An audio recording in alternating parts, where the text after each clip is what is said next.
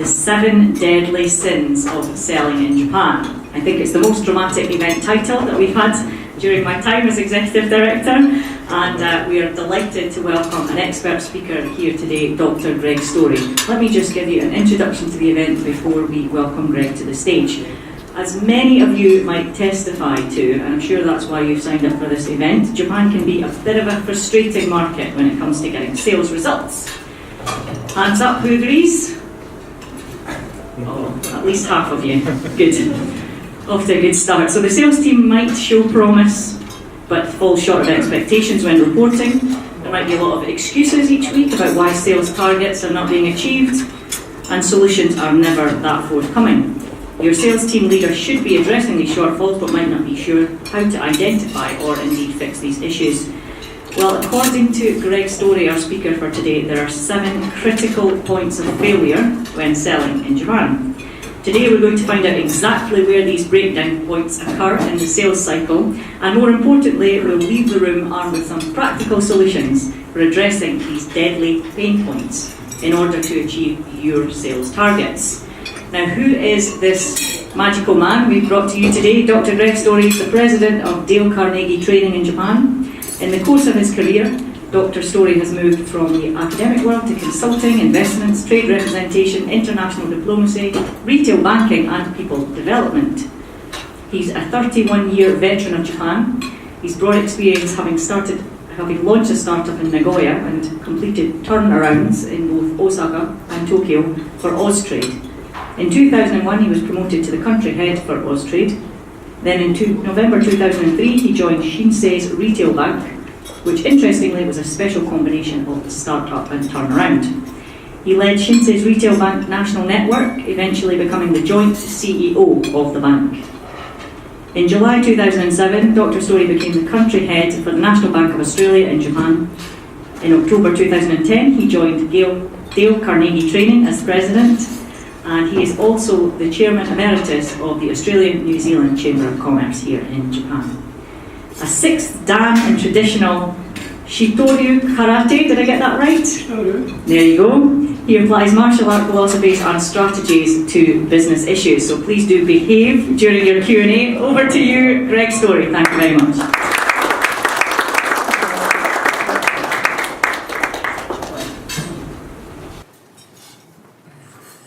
I'm at a similar event like this, and I'm sitting there, and the speaker was a software business, and the president was talking about his product. It was pretty good. So after the event, I go over to the speaker, the president, I say, that was quite interesting. Could you send one of your salespeople over to see me and let me know about it? Now, would you say I was a pretty hot prospect? You know, if you're the seller, you'd be thinking, great, he's come out of his chair, come over to the president, he said, I want to hear about this. So Julie, the salesperson, turns up in my office. This is what happens. We sit down, he sits down, out comes the laptop. The oyster shell opens up, we go into 60 slides, one after another. Now, we teach sales training, right? So I'm sitting there watching this, thinking to myself, geez, I wonder when this guy's going to ask me a question about my business. No questions. We get to the end of the 60 slides, and I'm silent. You know, I'm still waiting. Is he going to ask me a question? And he's sort of a bit bamboozled because I'm not saying anything. He's sort of spluttering. And I said, look, can you go back to slide 34? In that 60-slide deck, there were 2 slides that were relevant and interesting to me. But we just wasted 25 minutes with a long exposition on what was in the content of all those other slides. And we ran out of time, and in the end, I didn't buy the product. And I was, by any definition, a hot prospect. So you would think, oh yeah, this is a rare occasion, you just got the bad guy or gal in the scheme of things. It happens all the time. Another guy come and sell me some space at a big trade show for HR. Now this guy was probably in his 50s, the first guy was probably late 40s, and same thing. Take space, you know, I'm getting the booth size and this is where the location is and who's coming and you can give a talk and it's going to cost this much that was about 50 minutes actually. And at the end I'm waiting, he didn't ask me one question. And I'm thinking to myself, wow, you know, why doesn't he ask me what I need? So this happens all the time. And I ask you about your own sales teams. Are they turning up to the meeting? Are they going through the spec? Are they going through the detail? Are they going through the data? Expecting that to make the sale for them or not? Think about your own teams and do a bit of a check on that, because you may be surprised to find that's exactly what they're doing. So what could our erstwhile salespeople have done? First of all, they could have planned it a bit better. They could think about, can I come with an insight to this meeting? Can I think about this industry? Can I read up on a little bit? Can I think about my broad range of experience in business in Japan and think about something I can bring that's an additional extra, so the person I'm speaking with would say, that's useful, I hadn't known that, or, I hadn't thought about that. First thing, do they do that? Do your salespeople do that? Do they research before they get there? Do they look at the company's annual report? It's got the president talking about the strategic direction, innovations they've come out with, changes in the company. It's got the financials there. Do they look at that? Generally speaking, they don't. Now, if you want to find out anything about me, my life is an open book on Google.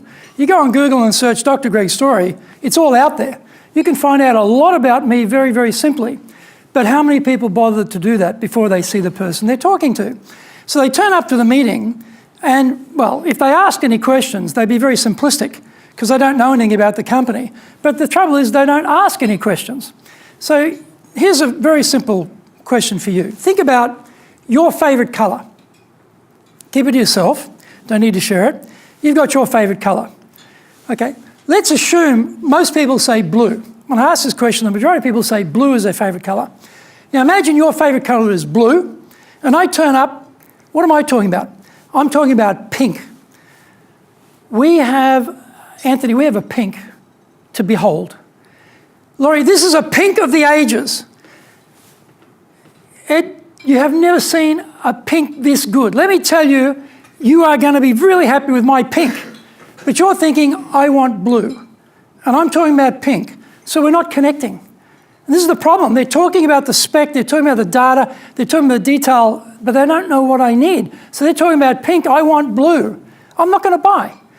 Ask yourself this question. Are you sure that your salespeople are turning up and they're asking client needs? Are they asking, is it pink or blue they need? Before they get into talking about anything else. The trouble is they're not asking questions. When you ask Japanese salespeople, because we do a lot of sales training, and when we get to question design, they're pretty bad. I got to tell you, they're pretty bad. You know, why is that? Well, you know, in Japan, it's rude to ask buyers questions because, you know, we know that in the West, the buyer is king, but in Japan, the buyer is not king. In Japan, the buyer is God. God does not brook questions from insolent salespeople, is the idea. But that's not true, is it? If you know how to ask questions and ask permission to ask questions, you can get permission. Now, do you think this is very hard? I'll teach you right now how to teach your salespeople how to ask questions of the buyer and get permission. First thing, you give a general statement about your business. Dale Carnegie Training is a global organisation. We're 106 years old. We're in 100 plus countries. We're experts in soft skills training. General statement. Now I go to a specific example. An example of where we've helped a company would be Loro Piana. It's a very high-end luxury Italian retailer. We trained all of their shop staff in Japan, and they told me they got a 30% increase as a result of the training we gave them. All right, there's the evidence. Now I go to the question or the suggestion. Maybe we could do the same for you. I'm not sure. But in order for me to understand that, would you mind if I ask you a few questions? Do you think that's difficult? Do you think your salespeople could do that? I think they could do it too. So they don't have a structure though, so they don't know how to ask permission. Once someone gets that structure, general statement, evidence, suggestion, I don't know, can I ask you questions, permission, they are likely to say yes. Now, if we were Americans, we'd say, we can definitely help you instead of maybe, right? But I think in Japan, maybe probably works a bit better, all right? So maybe, we're not sure. We don't know because you haven't had a chance to ask you any questions yet. So let me ask you some questions. So when you ask questions, how do you ask questions? My friends that I talked about before, the software salesperson and the HR booth salesperson for the event, didn't ask any questions, didn't have a structure. First thing you want to know is, Well, what are you doing now? What's happening today? Where are you? And where do you want to be? Or you could flip it around the other way and say, well, where do you want to be? And then ask them where you are now. It doesn't matter. Those two are interchangeable. Right? Often I'll start a sales talk and I'll start talking about where are you now, and I'll go straight into, let me tell you where we want to be. And that's fine. Great. Tell me where you want to be. The trick is, though, if the gap between where you are now and where you want to be is too small, you are not going to make a sale. You have to make that gap seem larger. You've got to expand that gap, the perception of that gap, otherwise they take no action. Because from their point of view, hey, it's that close, we'll get to it. We'll do it ourselves. So where are you now? Where do you want to be? How big is that gap? If I hear that gap sounds pretty small and they can do it themselves, I'm not going to waste too much time there. I'm going to go and find someone who's got a problem they can't solve. Because my next question is, if you know where you want to be and you're here now, why aren't you there? What's the barrier? What's stopping you from getting there? Excellent question. Because we might be the solution for them to overcome that barrier. So we want to know where they are, where they want to be, why aren't they there, what's holding them back. Maybe we are the solution. And when we're hearing that, we've got to be thinking, do we have a solution for that? In my mind, I have this image. I've never been to the American Library of Congress, but it looks like this massive big building with lots of columns out the front that I imagine is sort of floor-to-ceiling books, you know.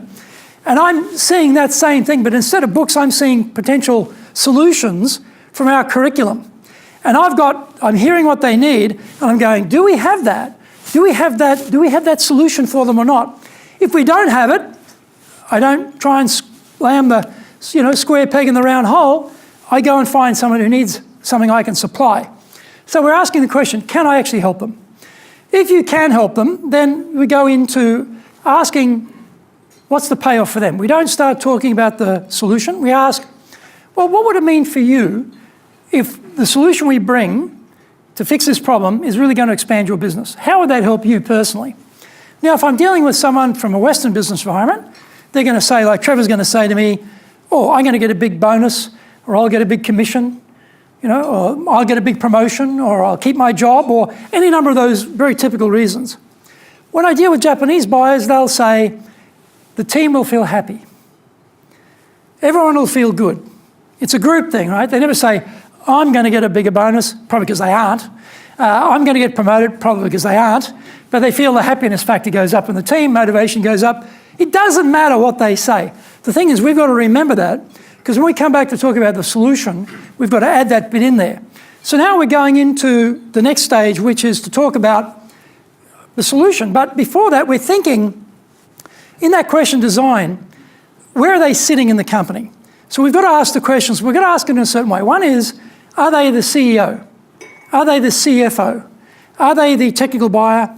Are they the user buyer? Because each of those buyers buys differently, and they need a different communication piece. So the CEO, usually long-term vision. CFO, normally cash flow, investment for the firm's money.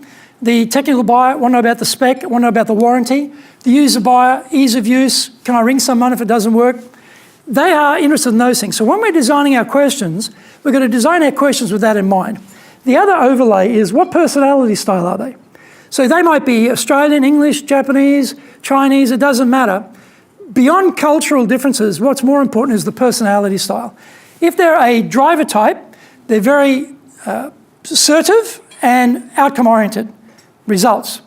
Time is money. Don't waste my time. Get out of my office. Tell me what you want. I'll make a quick decision. The opposite is someone who's low in assertion, but very people-oriented. Let's have a cup of tea. Let's get to know each other. And if I trust you, then we might do some business. Then you've got other people who are very analytical. What are the details? I want the data, the proof, the testimonials, evidence. I want 3 decimal places. They want that degree of detail. The opposite is the big picture. Grab the whiteboard, pen on the whiteboard, let's brainstorm, let's have a party tonight. Very outgoing, they're assertive, but they're very people-oriented. Depending on where they fit into that pattern, you'll need to change your communication piece. I'm a driver type. So time is money, let's get to the chase, don't waste any time, I'll give you a decision, yes, no. But if I'm dealing with an amiable, I have to drop my voice. I have to take out all the body language, all the energy. I've got to be very calm. I've got to talk about the people and how the people are going to feel. Right? So I change my communication style. If I'm dealing with an analytical type, again, lower voice, less energy, more conservative, but numbers, proof, evidence, testimonials, refer to people they can ring up and check 3 decimal places. If it's the expressive type, then yeah, hey, this is going to be great. Everyone's going to think this is fantastic. Let's do it. We're going to have a big party after to celebrate all the big results we're going to get. So my communication piece will change depending on who I'm talking to and what personality style they are in that communication. So we get the solution. Well, you know, the solution is what happened to me in both of those examples I gave where they went straight into the solution piece. They started telling me all about their pink. I wanted blue. So they're into the detail, the data, the spec, everything. Too early. In my book, I talk about any materials you've got, never show it to the client. Have it on the seat next to you, out of sight. All they see is a notepad and a pen. And that's all they'll see, until I know what they want. Once I know what they want, then I'll dig that out and only show them that thing. And show them no more, just that one thing. Makes it easy to make a decision. Also doesn't, you know, prejudice that I'm trying to sell them something before I actually know what they want. So we get to solution provision. Now, most salespeople, as I said, they're great on the spec. Like those 60 slides, terrific. You know, 50 minutes on the booth and the trade show, terrific. But that's not enough. What do I really want? I want the benefit of those things. I want the outcomes from those things. So some salespeople will talk about the benefit of the spec, of the detail, the data, right? Very few, but some will talk about the benefit. But even that's not enough. If you're only getting that, you should be dissatisfied as a sales leader. Because what you really want is the application of the benefit. There's a benefit, and then how can they apply that benefit inside their company to get their revenues up, get their efficiencies up, get their turnover down, whatever it might be thereafter. Your solution is going to help them. How do you apply that benefit in the business? Right? And having done that, then give some evidence. Now that's a 4-step structure so far, isn't it? The spec, the data, the detail, step 1. The benefit, step 2. Application of the benefit, step 3. And then the final step after that is trial close. How does that sound so far? Shall we go ahead? We're doing a trial close because we want to see, have we missed anything? Are they worried about anything? Is there any objections hidden in here that I don't know about yet? We want to flush those out to see if we can deal with them. So if we're doing our questioning right, we should be presenting the right solution. There still may be some doubt. Maybe we didn't cover something. Maybe they're worried about something. We want to know about that. When you get objections, most Japanese people get objections, what do? Actually, I was sitting in one of these events, and Japanese guy, probably late 30s, had about 10 people in the business, and we're just chatting over lunch like now, and I said, when you get an objection, well, you know, how do you handle it? Can you guess what he said? He said, I dropped the price by 20%. I nearly fell off my chair because I'm going 10 people in the sales team. They're dropping the price by 20% every time they hit an objection. Calculate that number over a 10-year period. That's a huge amount of money. What could he have said? He could have said to the person, well, why do you say that? Because remember, an objection is a headline. When we pick up the newspaper, there's a headline. But there's also this very long article explaining the detail of that headline. We can't just go off the headline. We've got to know the background of why they think that. Now, another example, I'm doing the sale, and the client says, your price is too high. Anyone ever get that? Anyone ever get that as an objection? Your price is too high. So I said, well, why do you say that? We said, well, look, you know, we've got our quarterly budget set for training, and your number is way over that. I said, oh, I really understand. If we're able to spread that over 2 quarters, would that help you? Oh, yeah. That'd be a big help. So price was not the objection. Time was the objection. But I would never know that if I dropped the price by 20%. So how do you handle objections? Japanese salespeople generally don't have a good way of doing that. So the objection might be incorrect. They might have some false information, some incorrect information. If it's incorrect, deny it. Say that's not correct. This is correct. Sometimes it might be true. We need delivery in 2 days. Can't do it. So we can't do 2 days. That's it. You can't do 2 days, you can't do 2 days. So you agree with it. You try and find another way around it. Or you might reverse it. So you say, well, look, we've got the sales training. I think it's going to be a perfect solution for you. Oh, no, look, we don't have enough budget. Anyone get that objection? It's out of our budget. This is where you can reverse and you say, well, I'll tell you why it's out of your budget. it's out of your budget. You just told me your revenues are not high enough. And your revenues are not high enough because your salespeople are doing the same things in the same way and getting the same results and not giving you enough excess to be able to fund this. If you come and do the sales training, we will get an increase. We'll get a lift across all of your entire sales team. It'll pay for the cost of training. The training, in fact, is free because it'll pay for that multiple times over and you will get consistent benefits going forward. That's why you should do it. So that's reversing it. All right? The other thing is with an objection, it's the iceberg effect. They don't tell you necessarily the real reason. We do this ourselves, right? I go shopping and I see a beautiful tie and I look at the price. Oh, I have a heart attack. It's pretty expensive. But the clerk comes over and says, "Oh, beautiful tie, sir.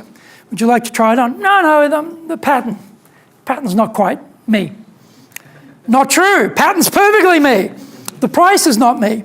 But I don't say, "Well, you know what, Simon, I've been unsuccessful in my career so far to the point that I'm unable to have enough wealth to afford this beautiful tie. That's why I can't buy it." No, the pattern's wrong. Or I don't like the colour. That's the tip of the iceberg objection, which we all get. Dig deeper. When they say, "Well, it's this," you say, "Oh, okay, right. In addition to that, are there any other things that are holding you back?" And then they'll say something. You say, "Okay, great. Well, anything else?" And they'll say something else. By about the fourth time, you'll be starting to dig out something that's relevant. And then you'll say, "Well, out of, W, X, Y, Z, which one of those would be the greatest problem for you?" "Oh, I see, X." X is the one you answer. Don't worry about the others. They will probably fall away once you answer X as their key problem. Because once you answer that, the others don't become as relevant. And you're digging into it. You've got to know what the real objection is. So we handle the objection and we don't argue with the client. This is ridiculous, I remember I was doing some training and it was a hotel and there was something that the client said the hotel didn't have, and the salesperson said, "Oh, no, we've got that," in a very aggressive, adversarial way. Don't argue with the client, okay? You do it very gently. You point out that, yes, you do have it, or yes, you can do that. Don't ever argue with the client on these sort of things. Don't try and arm wrestle them into buying. Don't try and force that square peg in the round hole. If you can't do it, find someone you can do it for. So then we get to, okay, we're going to ask for the order. Now, this is very strange. In Japan, a lot of salespeople don't ask for the order. You're thinking, how hard can that be? Ask for the order. They don't ask for the order. Why? If they ask for the order and the client says no, their feelings are hurt. You think, oh, their feelings are hurt. What's wrong with them? The trouble is, sales is a tremendous roller coaster of emotions. You are up and down. Up and down. You get a sale, you're elated. You don't get the sale, you're deflated. Elation, deflation, elation, deflation. All the time. It's very hard on you internally. I talk about this in the book, how to get around that problem. But it is hard. So people have learned in Japan, no is very painful, and I lose face if I get a no. I know how to avoid that. I won't ask. And I'll just leave it vague and make the client do all the work. Bad strategy. We can ask. We don't have to ask in an obnoxious way. We can ask, well, shall we go ahead? Very direct, shall we go ahead? Or we might say, well, would you like to start in the month of July or the month of September? Alternative choice. Or it might be a minor thing. It might be, would you like the invoice in Japanese or in English? Or it might be the opportunity cost. You know what? The trainer availability, in our case, trainer availability is such that if we go now, we can book in for August, but it's going to really be gone very shortly because I know there's another company that's trying to get training in August. So let's grab it now while the trainer's availability is there. It's that little black dress, the last little black dress or the last tie in that pattern in the store. And it is really the last one, you've got to go for it. So all of those are simple closes, which are not hardcore American style, really push, push, push. They're gentle, they're easy to ask, but people don't ask, so let's ask. And then we have follow-up. Now, follow-up, you think, oh, that's simple. Japanese are good at follow-up, and they are. They are. But are we good at follow-up? Japan, it takes an enormous amount of time to make a decision, and then they want execution, they want everything going right now. What do? We make a really quick decision, and then we take our time on the execution. We sold bark to Japan when I was in the trade business. Now, bark for gardens, right? Now, bark can't have twigs. It can't have stones. It can't have pebbles. It can't have sand. It must be clean bark. And they put it in these big containers and they compress it in the containers and they ship it to Japan in huge volumes. So the day the container's supposed to leave the port, we get a call from Australia. Oh, by the way, typical Aussie fashion, you know, by the way, we missed the boat. But don't worry, it'll be on the next one. Now, I'm telling you, when my staff member, Japanese staff member, rang that client in Japan and told the client the happy news that it'd be on the next one, she's holding the phone. I'm not joking, this far away from her head, you can hear her screaming right across the whole office. Why? Because that customer is sold down the food chain to a whole bunch of other sub-distributors who are all depending on that supply. Because no one takes a great deal of space in storage, they've all got small storages, so they don't want a whole lot of stock. So everyone's dependent on each other. And we've just burnt their supply line. We've just killed the trust. We've destroyed decades of relationship right there by not delivering on the time. So when we talk about delivery and execution, we can't fail in Japan. The other part about follow-up, which is also critical for our salespeople, is following up the companies who didn't buy. Now, I have this problem too. I'm a machine of meeting clients. I meet clients, I'm going through the lineup, do we have it? I'm trying to get them to buy. Sometimes they don't buy. Well, what I do, I go and find the next buyer and then try and do the deal, and I just keep moving forward. But the people who didn't buy, they get left there. Now, here's the trick. Somewhere around 9 to 12 months later, we need to be contacting them again. Somewhere around that time, things may change. It may be that there's been a change of policy in the company, there may be a change in the finances of the company, there may be a change in the market, there may be a change in the leadership, there may be a change in the personnel, and no doesn't mean no. This is the other thing too. No never means no. No is never no. No is only no today. No is only no to this offer in its current format. No is only no in this part of the industrial cycle for that product or service. No is only no in their budgeting round. It will be yes at some point. We just don't know when that will be. So we've got to go back and reconnect with those people who said no, because they might be now a yes. It happens all the time. My staff, you know, they go around and they mop up the people that I miss because I keep moving. Guess what? A year later, a year and a half later, maybe 2 years later, they become a client because we followed up with them. Are your salespeople just moving continually forward and never going back and checking? Somewhere about 3 to 6 months is too early. Not much has changed. They won't have a need. If you're going, you know, above 12 months, you go back and you find out your competitor's already there. I can tell you that is painful. That is really painful. You turn up and they say, oh, yeah, we bought training from your competitor. You know, it's really painful. So you've got to go back probably before 12 months. 9 to 12 is a rough measure, not exact, but go back and check. So when we do that, we've got to make sure we're doing our follow-up well. So here's the point.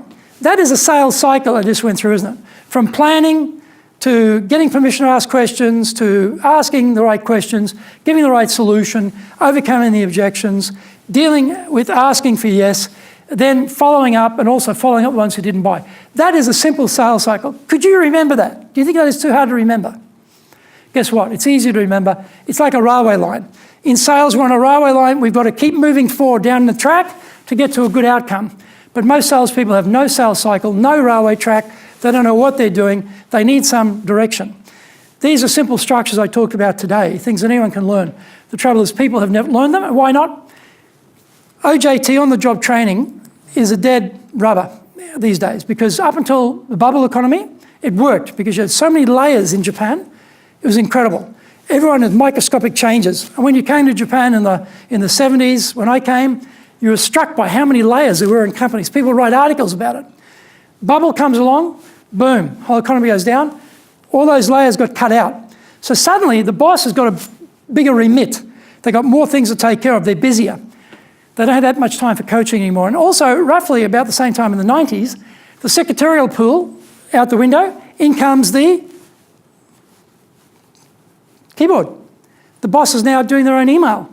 Less time again. So the bosses, this was the training that used to be incremental. Now it's maybe three visits max, 2 clients with the boss, see what they do, you're on your own. There's no real training anymore.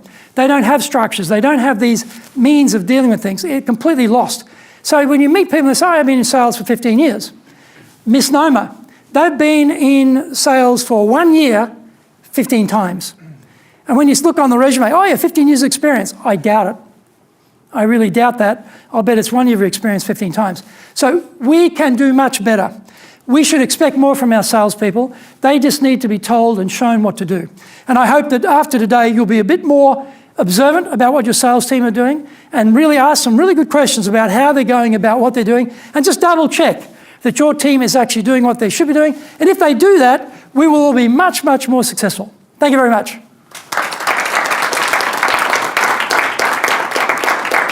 And Larry, how many minutes have we got for questions, would you say? We have 30 minutes. Right, we have 30 minutes for questions with an enormous amount of time here. So who has the first question? Yes, Simon. So the question is, the Japanese team are not so proactive as you'd hope, and they have excuses as to why they're not going to be proactive about I need more study. If you talk about account management, I think Japanese are pretty good at account management, but they're a slave to the buyer. They don't control the sales call, they just do whatever the buyer says, so you're always on the back foot because they don't know how to run the meeting. That's one element of the account management is good, generally speaking. They're very, very good in that sense. I asked them to go and find a new buyer though. Go and find a new company. Reluctant. They're fearful of getting a no. They're fearful of losing face. They're fearful of not being successful.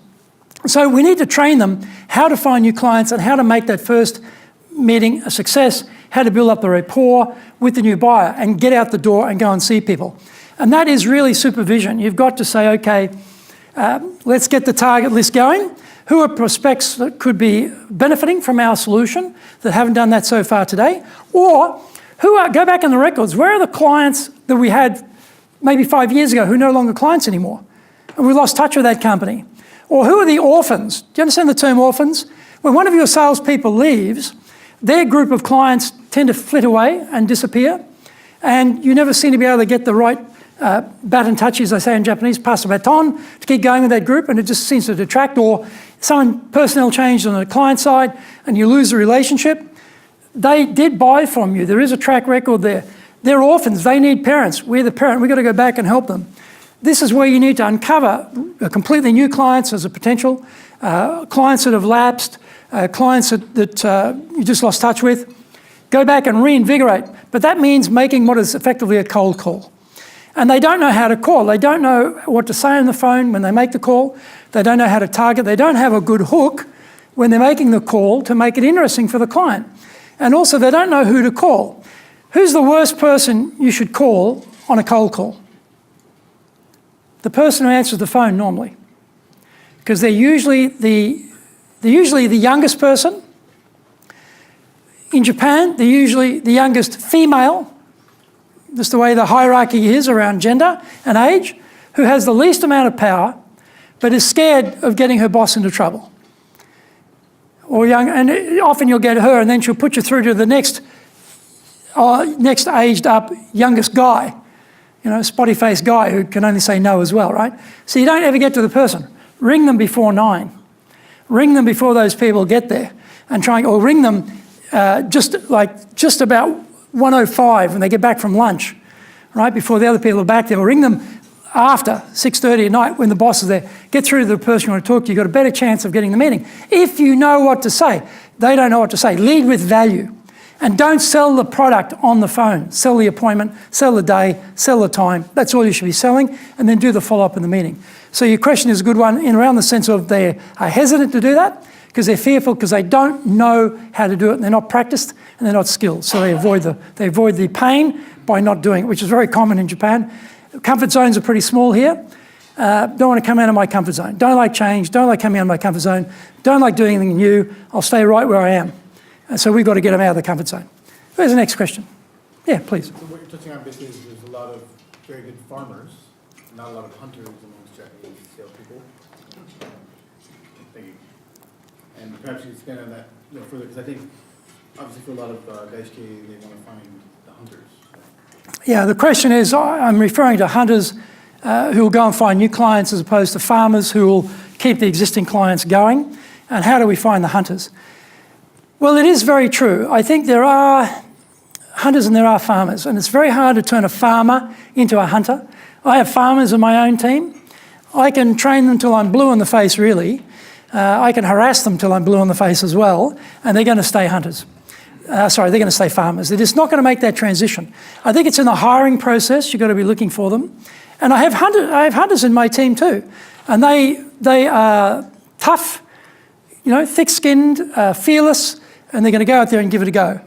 I think the ideal salesperson in Japan is female. I think she is in her early 30s. I think she is very career-oriented. I want her for my team. I think that's a sweet spot in sales in Japan, because they tend to be lots of guts and lots of go. And they often make very good hunters. And generally speaking, that's what we're looking for. I just notice that females in this society, for whatever reason, tend to be better at that than a lot of the males who, I don't know, for whatever reason, tend to prefer account management. But it's really, I think, at the hiring stage. It's very hard. You can make them better, but, it's that ability to pick up the phone and call someone you don't know 10 times and get 10 rejections and make the 11th call. That's the problem. Here's how you do it, by the way. If you think about it, say the deal is worth 1 million yen. Let's pick a round number, 1 million yen. And you've got to make a certain number of calls to get to the deal point, because there are ratios. You make so many calls, you get to meet so many people, you get to close so many, it's worth a certain amount of money. Now say it's 10 people, all right? 10 people will get you one sale, which will be roughly worth 1 million yen. So you can say, I made a call, no, failure. I make another call, no, failure. I make another call, no, failure. At that point, everyone gives up. They just stop calling. Their feelings are hurt, their motivation's down, their confidence is shot, they stop calling. But if you think of it like this, don't see only one success call as valuable. Think about it the other way. I don't know which one of these 10 calls is the jackpot, but I know that each of the calls on average is worth 100,000 yen to me. So when I make a call and the client says no, I go, great, 100,000 yen. And I'm getting closer. I'm just that little bit closer now to a yes. So I make the next call, another no. Oh, 200,000 yen, and I'm that bit closer. It's a psychological trick you play with yourself to put the calibration down to a call value, rather than 9 calls are worth 0 and 1 call is worth 1 million yen. To keep yourself going, because trust me, you make 3 calls in a row and they're all no, no, no, it's very hard to make the 4th one. But this is where you've got to have tricks like this to help you build up the strength and train your people to make that call and keep going. And don't take it personally. It's a bit controversial maybe, and I say it in the book. I always think to myself, if someone doesn't buy from me, I think they are an idiot. That's what I'm thinking. And I do that on purpose. I say to myself, I know the value we can bring to this company. I know how much help we can be to this company. But they are too stupid to see the value. So too bad for them, keep going. Because I do that to keep myself going as well. Because getting no is hard. And you get a series of them, that's real hard. And after day after day after day, it's real tough. You've got to have something inside yourself to keep pushing until you get a yes. So I flip it around. I say, well, they're the fault, not me. Of course, I observe what I did. I always think and reflect what I could do better. But I don't blame myself. If I'm putting out a good product, a good service, I'm doing it to the best of my ability, don't beat myself up. They are the problem. I'll find someone who's smart enough to buy the product, and you will find them. Where's the next question? Yeah, please, Ed. Hi, Greg. Thank you for the presentation. My question is, how important is atmosphere in a sales team in order to be successful? How important is to actually support other members? So Ed's question is, how important is the support group, the atmosphere of the team, the dynamics of the team, the motivation of the team in a sales team? Very, very important. Now, sometimes it can be poisonous in 2 directions. You can have people who are just basically negative, and they've got a political game they want to play. They're better politicians than they are salespeople, and they want to play politics in the office, and they don't care what damage they do to the company because it's all about themselves. And then you've got the other people who are very aggressive, salespeople, who don't care about anybody else. Me, me, me. I'm going to climb over the bodies, and I'm going to get all the money, and I'm going to be wealthy. So you've got the 2 extremes. I think, depending on how you do the remuneration, if you're paying people a portion that they will earn themselves, then have another portion they will collectively earn based on total sales. That gives everybody a little bit of impetus there, a little bit of what's in it for me to help each other. Or have a very strong culture of helping. And people who don't help, you need to lead them and direct them very strongly about, hey, this is how we play around here. Yes, you're all on individual commissions, but we all help each other. And if you don't play like that, there's the door. Out. We won't accept that culture. So I think you've got to have a right culture there. And it is very tough. You need to have people who are supportive, and you need to support each other. Now, it's very hard for me. I said before, I'm a driver. So my personality is very self-contained, independent, straight to the point, do it all by myself. So I have to keep reminding myself, not everyone's like me. So I've got to be supportive of the team. I've got to make the effort to get the motivation going and talk people up and give them hope. Because I don't need any of that. I don't need anyone to say to me, oh, you're doing a great job as a leader, Greg. I don't need it. But not everyone's like me. It will be people in your team who will be independent like that. There'll be other people who need help. They'll get down, they get depressed. You've got to build them back up. Make sure they can do it. Tell them you can do it. It's a bad time now, but it'll come good. Because today, our biggest problem is recruiting new salespeople.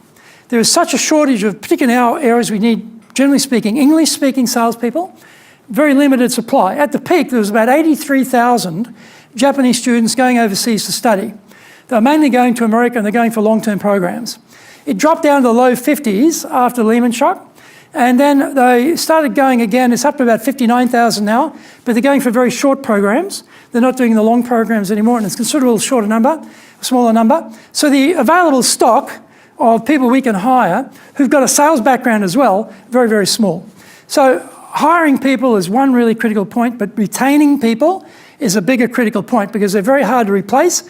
And when they walk out the door, depending on your business, in my business, it's a year and a half. It's a year and a half to get the new person up to speed to where the old person was. That's a year and a half gap. So if you've got a team, try and keep the team together. If you've got a poisonous person in the team, my advice, get them out, because they'll do more damage to your business than any other thing. They don't have to be stars, they don't have to be geniuses, but they've got to be cooperative, they've got to be able to be motivated and cooperative with each other and share, and do that through remuneration or do it through culture. In my case, we do it through culture, we don't do it through splitting the money.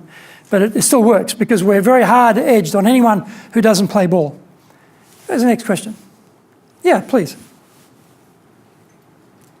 Thank you very much. Very interesting. And just about everything you've just described, I think we've all experienced during our time.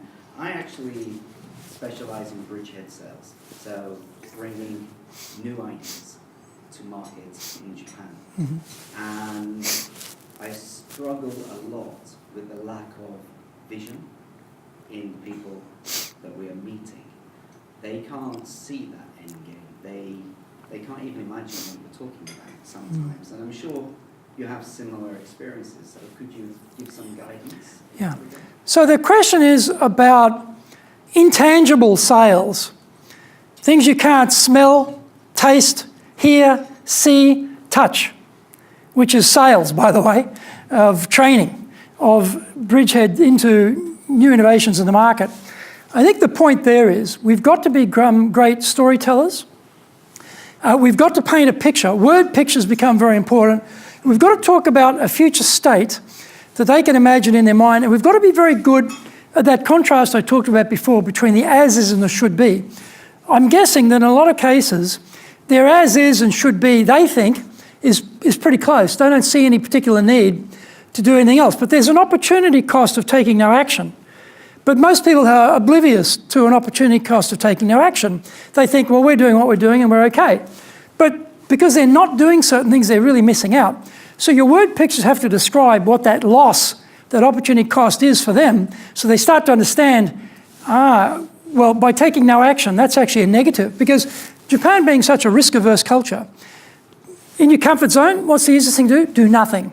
Make no decisions, take no actions, no accountability, no responsibility. That's the easiest thing to do. And in Japan, in companies, you're rewarded for that. You make a mistake, you're punished. So everyone's learned over many generations, do nothing. That's why it's very hard to get a decision in this country, because people don't want to take any risk. So you've got to find ways to take the risk out. Now, for example, in our business, it's 100% guarantee back. You know, it's free.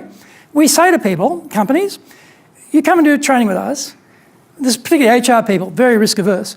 If you don't like it, all we'll ask you one question, are you happy or unhappy? If you're unhappy, it's free to you. We give you all your money back. We're taking the risk out.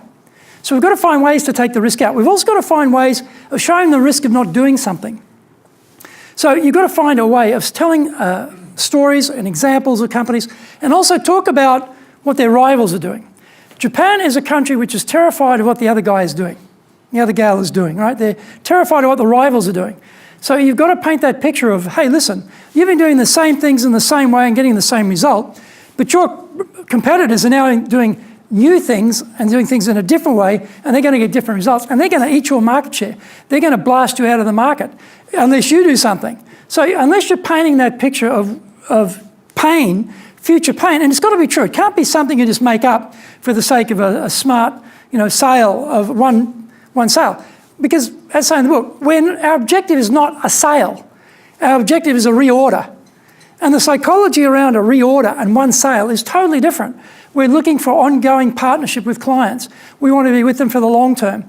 And in Japan, the mantra here is, the devil you know is much better than the angel you don't know. And you are the angel they don't know. And that's why they'd rather go for the devil they do know and do nothing. So you've got to become the angel they will know through taking the risk out, emphasising the opportunity cost, telling through word pictures, things they can see in their mind's eye, what a better future would look like and what it would mean for the company and how the bottom line would be reflected in that. And it's got to be concrete. It depends, are we talking to the CFO, are you talking to the CEO, is it the user buyer, is it the technical buyer, what personality style are they? All of those interlock over the top of each other in terms of your communication style and how you express those things to them. Now, I'll give you an amusing example of how to draw out the opportunity cost of no action. We use this in training, right? Imagine we're going to a petrol stand, where they get the gas for the car, gas stand, right? And we turn up and the attendant comes out and says, so your front right-hand tyre is a bit low. I think you've got a slow leak there. In 10 minutes, we can fix that for you. We're too busy. Time is money. We got to go. Sorry, don't have time. Got to go. So we jump in the car, off we go. Same scenario. Different clerk, different attendant. We come to the gas stand attendant comes out and says, sir, you've got a little bit of a lack of pressure in that front right-hand tyre. I think you've got a slow leak. We could probably fix that in about 10 minutes. We had a family here last month and they had the exact same problem. Unfortunately, they had no time. They had to get going and they took off, and it was one of those small Japanese cars, and they get out on the freeway. The right tyre blew. The car flipped 3 times. The whole family was killed. We can fix that tyre in about 10 minutes. See, I'm telling a story with an opportunity cost of no action as an exaggerated example to give you an idea. That's not a true story, by the way, but that's the idea. You've got to tell a story that talks about non-action and the consequences of non-action in a simple way that everyone can get it. And if you're on the end of a story like that, you're going to say, well, you know what, maybe I will spend the 10 minutes and I will get that tyre fixed, right? So it's that type of thing that is the issue. And you've got to train your people, though, to dig deep on the questioning skills, because often this is gold, right? If you can get this in a sales call, this is pure gold. If you can get the buyer sitting there going, we hadn't thought of that through your questioning. Your line of questioning is digging deep into their thinking, and they're going, we didn't think about that. Or, we haven't planned for that. Gold right there, because now you've provided some insight, some value to a problem they weren't even aware of or hadn't recognised yet, which is exactly where you've got to go. And then you become their best buddy because you have been a value-adding resource and potential partner for them, as opposed to a sales dude turning up trying to sell something and take money out of their pocket. You're adding value, and that's always going to be the difference if you can add value. Where's the next question? Yeah, please. Hi, Michael from BT. I've been doing digital sales for a few years, and I think the the message you were talking about training is it was really, really interesting, and I think having that sort of structured approach would definitely help me and other teammates going forward. And my question is specifically about when you go into pitch, you talked a lot about blue and pink and pitching something the client doesn't actually want. And I've noticed in the past, pitching certain products we have that they aren't quite the right fit. And unfortunately, we don't always have the exact product they want. So do you have any sort of strategies or advice for bringing back that kind of know-how and information, or how many clients you would sort of pitch to before bringing that back and then redeveloping a product to go back and actually try to solve the need? Yes, I don't. The question is, when you're talking to the client and there's not a match between your lineup and what they want, well, how often do you meet that problem before you realise you've got to change your lineup to suit or find different buyers? I think in the first case, my first instinct is I drink my lukewarm, bitter green tea and I hightail it out of there if it's not a match. If I hear and uncover the need and I'm doing my lineup search of solutions for them and there's not a match, I don't waste my time and I don't waste their time. I go and find someone who has got a need, because there's bound to be people with a need. It's more easy to do that. But if you find a consistent issue, then maybe you've got to change what you're offering to address that. Now, for example, if we're offering a time-space program, say it's over 8 weeks, 12 weeks or whatever, and they've got people all over the country and they can't do that, well, it's not going to match. So maybe I've got to offer a 3-day program consecutive or a 2-day program consecutive so they can bring everyone together in one location. So I might need to change the solution to match that need if I can do it. And if I can do it, I will do it. But if I can't do it, I'm not going to try and get the square peg in the round hole. I'm going to get out there and find better clients. But at what point is the tipping point to know how many is enough? Really rough estimate. I think if you ran into 10 clients who had exactly the same need, then I think there's a pretty strong hint there that there's an unfilled need there, and maybe you can tweak what you're doing and maybe you can actually supply them with a solution that'll suit, maybe. At least if I got to 10, I think that's pretty consistent. I don't think it has to be 100. I think 3 is enough. I don't know whether it's 10, is it 15, is it 20, I don't know. But I think 10 is probably a big enough hint. And we do that all the time. We're finding out what clients need and we're saying to ourselves, okay, how can we reconfigure this? Is there something we can do to help them? If we haven't got that, should we go and build it? Because we do a lot of custom programs. We build a lot of programs for clients because there's such a big curriculum, we can do that. But sometimes we can't and we just say, well, look, sorry, we don't do that. You want to learn how to do Excel? Don't talk to me. You want to learn how to do marketing? Don't talk to me. You know, we're in the soft skills training area for leadership, sales, communications, presentation skills. That's basically what we do. And we're very clear about that when we're presenting what we do. We say, this is what we do. Does this sound like the sort of thing you're interested in? And then we continue. Who has the next question? Yeah, sorry, Trevor. Great. There's an old saying that people don't like to be sold to, but they like to buy. Correct. What's your opinion on that? Yeah, I totally agree with that. The question is the old saw, right? Everyone likes to buy. Nobody likes to be sold to. Quite true. Why don't they like to be sold to? If you think about your own experiences, pushy salespeople, you didn't like that. They ring you at an inconvenient time and they push you to do something. Or the salesperson you're dealing with, even though it's not a match, they keep pushing. They keep trying to arm wrestle you into buying it or trying to, through sheer willpower, get you to buy it. And you reject that because it's insulting. It's like, no, that's not a match. I've just told you it's not a match. Why do you keep on about that issue? They should be intelligent enough not to do that. But see, they don't have skills. They don't have anything to go to. They don't have a backup plan. They don't have structures. They've got nothing. They've got desperation. And the boss is saying, hey, listen, you haven't met your monthly quota. You're going to be fired if you don't get your act together. So they're hitting you in a desperation mode when they have no alternatives, no scope, no training, no capacity, no professionalism. So they're clinging on to whatever they can find. So I think we've been trained by very poor salespeople in the past to have a dim view of salespeople, in the most part.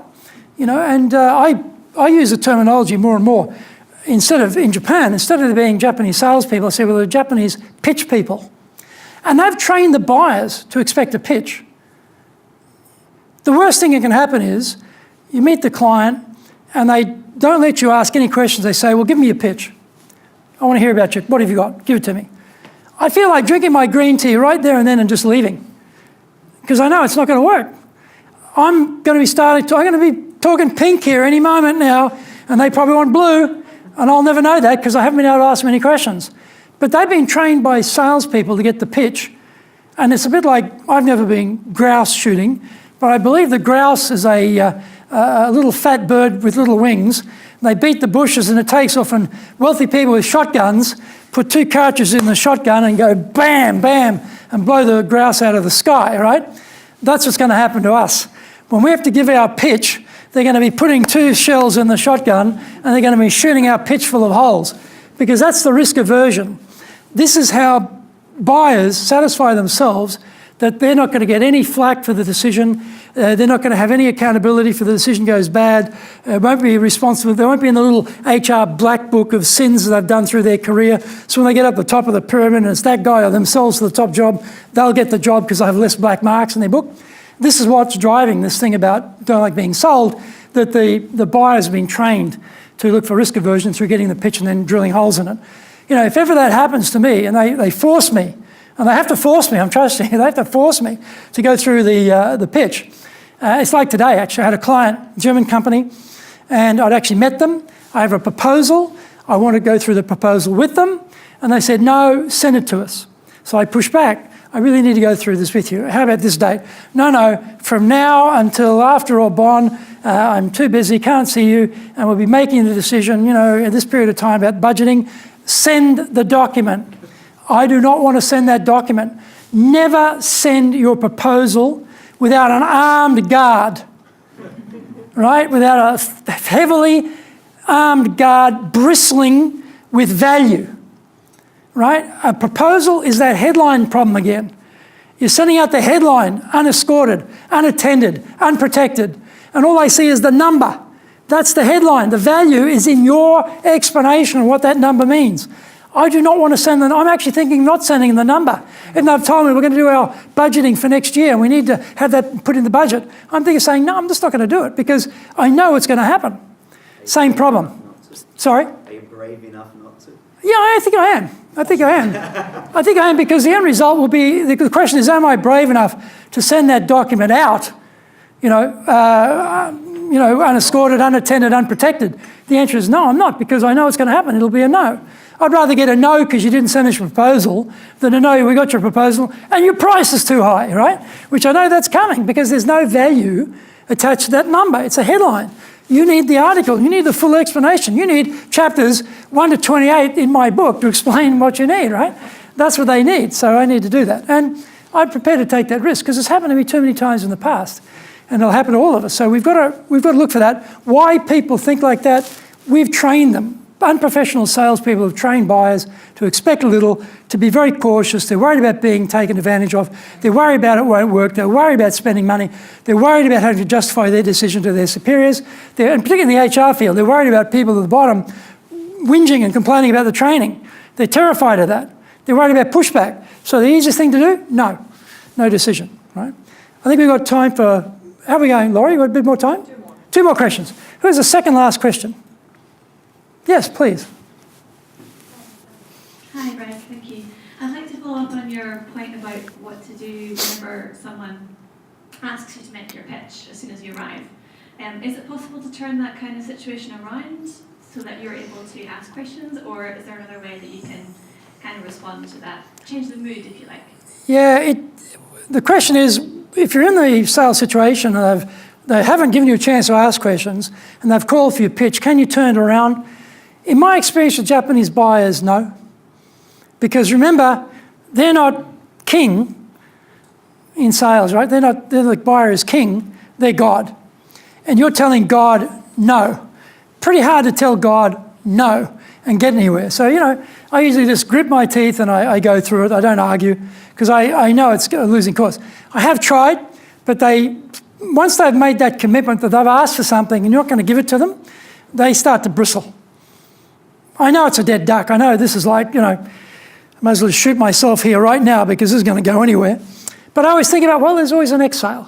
There's always someone who will let me give my pitch and will, I might try and say something like, and I'm not saying it's going to work, but it might be like, well, you know what? I could do that, but I think I'm very aware of your time is very important, and we have a really big lineup of solutions. If I could narrow it down to maybe a little bit more clear area where we can help you, I will just talk about those things for you and not waste your time on the things which are not relevant. Would you be happy to save some time for yourself that way? You hear the question? Would you be happy to save some time for yourself that way? Right? I'm asking them what is in it for them, what's the benefit to them? And if they say yes, then that statement is true. If I said, well, look, I'm pretty busy, I don't have much time really, can we just cut to the chase and I'll ask you a few questions? They don't care, because that's my interest. I've got to pitch it in a way that it sounds attractive to them. I could try that, and that might be a better way of doing it. I'm not saying to be successful, because once God's asked for something, they expect it, which is the problem with most Japanese salespeople. They are constantly, giving God what God wants, without really controlling the sales call. They're always on the back foot. The buyer's controlling what's going on. That's why they can't get to the railway track going forward. Doesn't work for them. So you've got to be in control all the way through. Now, as a buyer, I'm a nightmare, because I will digress on the digression of the digression. I'll take a tangent on the tangent of the tangent. I have main interest. I go all over the place. If you're selling to me, you've got to drag me back and get me back on that railway track, moving in an orderly direction towards a close. We've got to do the same. And so they can go wherever they like, but you've got to bring them back through your questioning skills and realign them back along that path. Okay, ask the questions, present the solution, deal with the objections, ask for the order. That's our railway track. We've got to move them along that.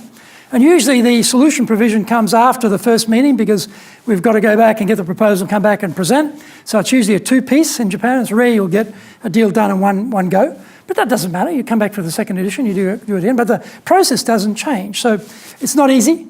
But I'd give that a go. I'd try that. But if you don't do it, don't argue the point, right? If they want the pitch, then you say some things like, if at any time what I'm mentioning doesn't sound like it's really what you're after, please stop me and let me know what would help you. That might be another way of doing it, because then you're giving the pitch and they're going, and you tell them the body language, right?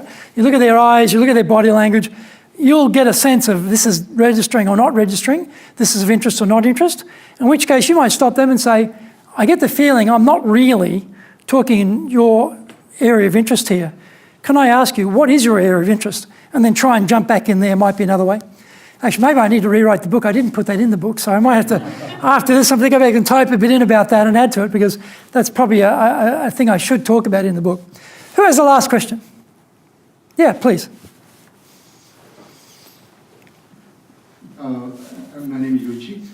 I'm running my own business to support the administration operation to the both international companies and the local Japanese companies. One of the clients, we are supporting business turnaround to push up more sales. One of the sales personnel, I'm keep pushing him to change the way of behavior in developing the distributors. But I always come back with the same action, same result. Maybe you explain the same thing. How are you going to promote the changing the behavior of that kind of personnel who is going to do the same pattern of the behavior always? We came back to the same result. So the question is, when you've got salespeople working for you, and they keep reproducing exactly the same way of doing things, no matter how much guidance you give them, and they keep getting the same result, how do you get them to pick it up and move?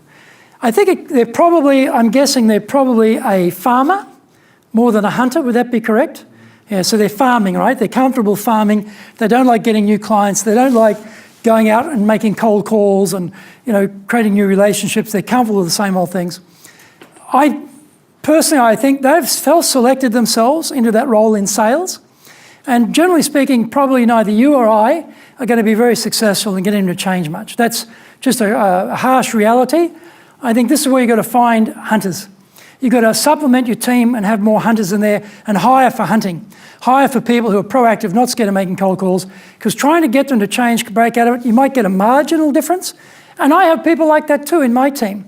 And I can tell you, I have tried, but I just find they just cannot, for whatever reason, they can't make the break. They can't make the change. They're not prepared to make the change. And it depends, sounds terrible, sounds very ageist, but I think as we get older, certainly in my case, as I've gotten older, I've become incredible, I know, even more stubborn. I think we get a bit fixed in our ways and we get into patterns, it's hard to break the patterns. So short of actually changing that person out of the company and replacing them with someone new, I think you probably need to adjust them. And it depends if they're making their numbers or not, or you try and find a role for them where play to their strengths also. So if they're a farmer, get them doing a lot more farming. Just really, top them up with lots and lots of farming. So they're really productive, they're really busy, and they're getting through a lot of work in the farming side, and then hopefully they'll open up want to come and do some hunting for you. But it is very, very hard to get them to change, because I think I'd say they're self-selecting themselves for account management rather than for hunting. So in conclusion, none of the things I've mentioned in this talk are intellectually difficult, are they? None of them are technically difficult. They're not logistically difficult. You can understand them, you can do them, you can learn these things. And what I'm suggesting to you is, we have a lack of professionalism here because people are not properly trained and they just don't know what to do. So let's think about doing an audit on our sales team. Do they know what they should be doing? Are they competent in doing that?